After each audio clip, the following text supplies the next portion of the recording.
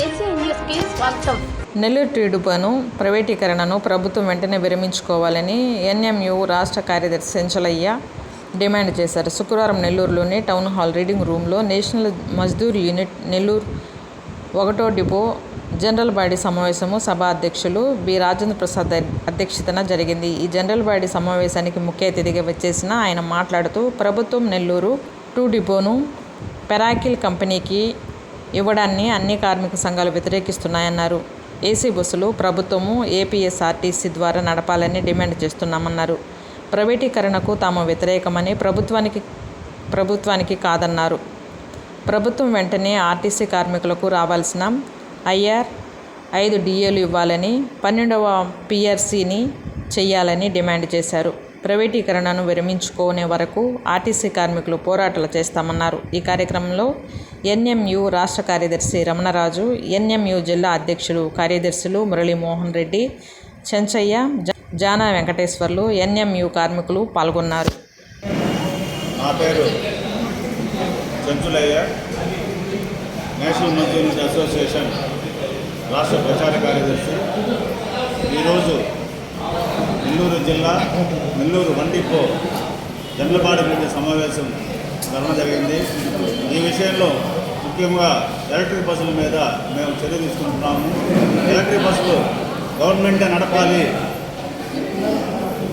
నడపాలి, ఏపీఎస్ఆర్టీసీ నడపాలి అనే నిర్ణయంతో ముందుకు పోతున్నాం. అంచెలంచెలుగా ఫస్ట్ ఎర్ర బ్యాడ్జీలు వేసుకున్నాం, రెండవది గేట్ ధర్నాలు పెట్టాం, మూడవది బ్యాడ్జీలు పెట్టుకున్నాం. ఇప్పుడు ఉద్యోగస్తులందరూ సంతకాలు సేకరణ చేసి కలెక్టర్లకు ఇచ్చి, కలెక్టర్ ద్వారా చంద్రబాబు నాయుడు గారికి ఇవ్వడం జరుగుతూ ఉంది. అదేవిధంగా ప్రజల పక్షాన ప్రజల యొక్క హౌస్లో ఉన్నటువంటి సీఎం చంద్రబాబు నాయుడు గారు ఏపీఎస్ఆర్టీసీని స్త్రీశక్తి పథకం కింద ప్రశంసలు పెట్టాడు. చాలా ఉన్నటువంటి 6 స్త్రీశక్తి పథకాలతో ఉన్నటువంటి దాంట్లో స్త్రీశక్తి పథకమే బాగా ఇంప్లిమెంట్ అయింది. ఏపీఎస్ఆర్టీసీ ఉద్యోగులు బాగా చేశారు. కాబట్టి ఏపీఎస్ఆర్టీసీ ఉద్యోగులు మనం ఎక్కడైనా గౌరవించాలని చెప్పేసి మన ముఖ్యమంత్రి వర్యులు నారా చంద్రబాబు నాయుడు గారు చెప్పడం జరిగింది. ఇప్పుడు ఎందుకో ఇలా చేస్తున్నాడు. కాకుంటే మేము ప్రైవేటీకరణకి వ్యతిరేకమే కానీ ప్రభుత్వానికి వ్యతిరేకం కాదు. మా ఉద్యోగులు దరిదాపులుగా సుమారు నెలకి 2,000 మంది రిటైర్ అవుతున్నారు. సుమారు 15,000 మంది ఉద్యోగాలు ఖాళీగా ఉన్నాయి. కండక్టర్ డ్రైవర్లు, మెకానికల్ స్టాఫ్, అలాగే ఆఫీస్ సూపరింటెండెంట్ సుమారుగా 15,000 ఉన్నాయి. ఆ 15,000ని ఇమ్మీడియట్గా రిక్రూట్మెంట్ చేయాలని చెప్పేసి ఈ సభాముఖంగా మీ ద్వారా తెలియజేస్తున్నాము.